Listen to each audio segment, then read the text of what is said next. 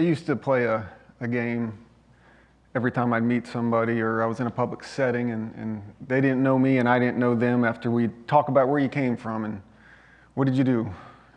What were your hobbies? I'd find this time within the conversation to just subtly, maybe not subtly sometimes as well, sometimes there was a little sarcasm or something else behind it, but I would just like to tell them that I was a felon. And then I'd wait, pause, kind of look around, act like it wasn't a big deal. And then I'd be very curious to see, did they lean back in the chair? Are they guarding their purse? It was just a fun game again, but it wasn't to make people uncomfortable, but I was massively insecure. I carried a significant amount of guilt and shame about my past. And I had to test the individual to see if I could be comfortable, if I could open up to them. Was it even worth it?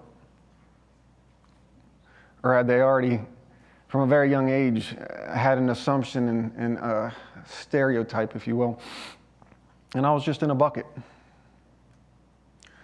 The irony of it all is I did grow up in a town, in a very small town named Apex.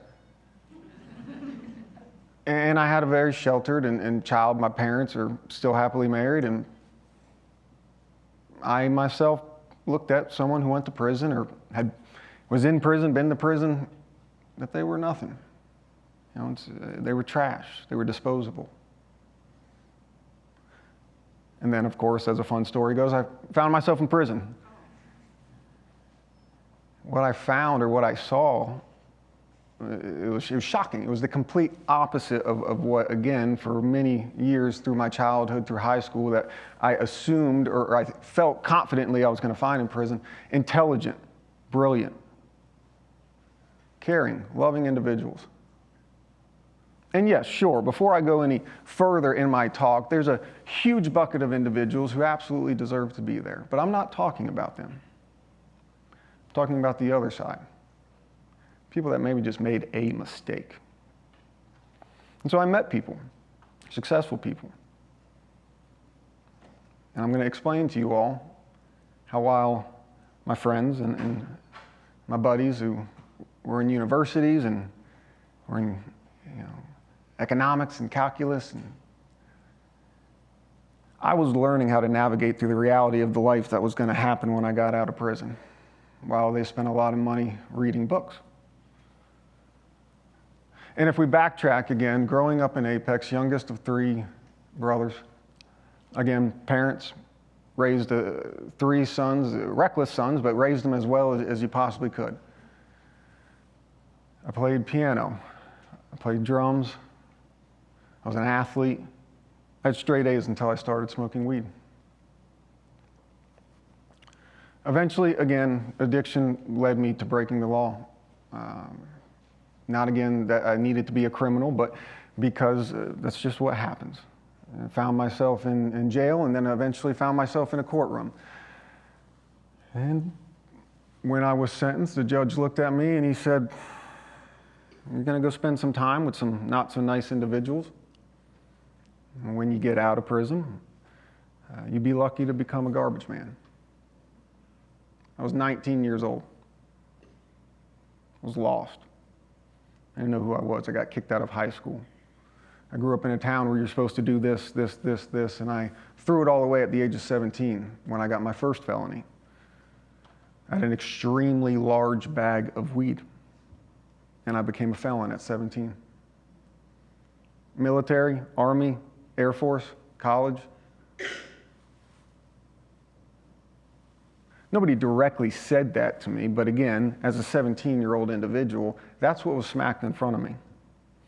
So yes, after 29 months of hanging out with some not so friendly people, but also some individuals that were, again, some of the brightest people that I know to this day.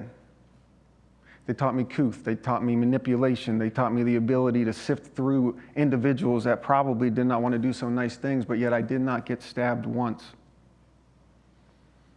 I was in less than 5 fights, and I am not a big individual.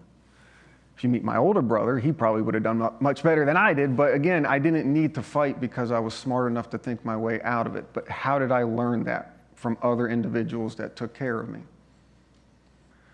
You see, again, it's not about that I went to prison. And it's definitely not about how I got to prison, but it's about the reality that I carried this guilt and shame for so long.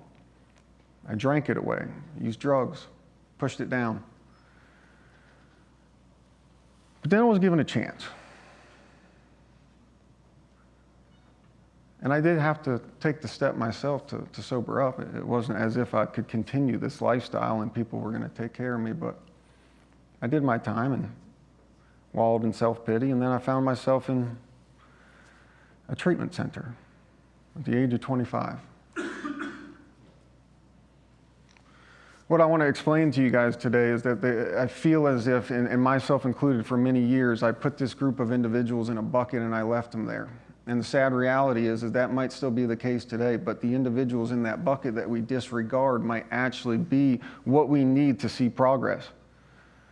You see, what my story shows is an entrepreneur who's here today looked past my 4 convictions of felony, this, felony, that, non-violent, right? Just petty theft, breaking into cars.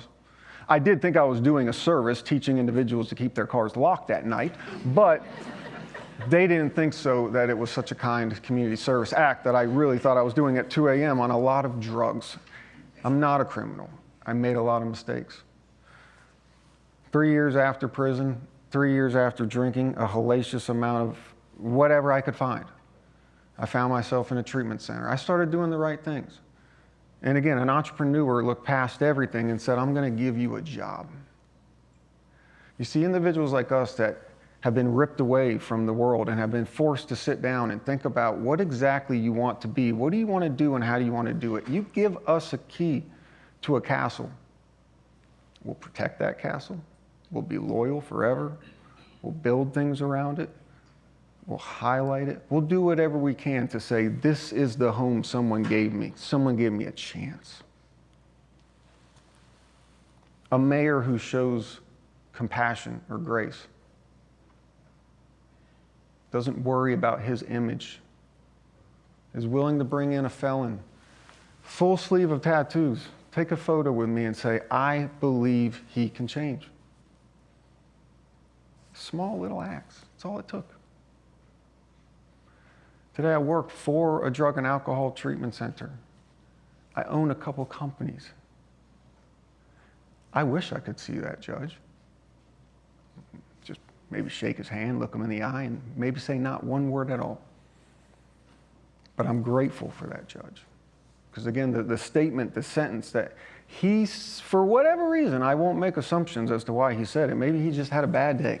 Maybe he just, his dog took a crap on the rug that morning and he was just feeling really mean and just wanted to just demolish any motivation a 19-year-old had.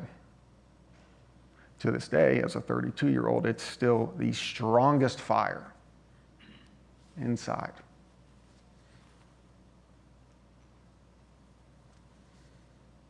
If anything is taken away from this haphazard speech that I just put together 7 minutes ago, I hope that you all understand that I went through a certain amount of hell to learn a certain amount of skills to help a certain amount of individuals know there's another way forward.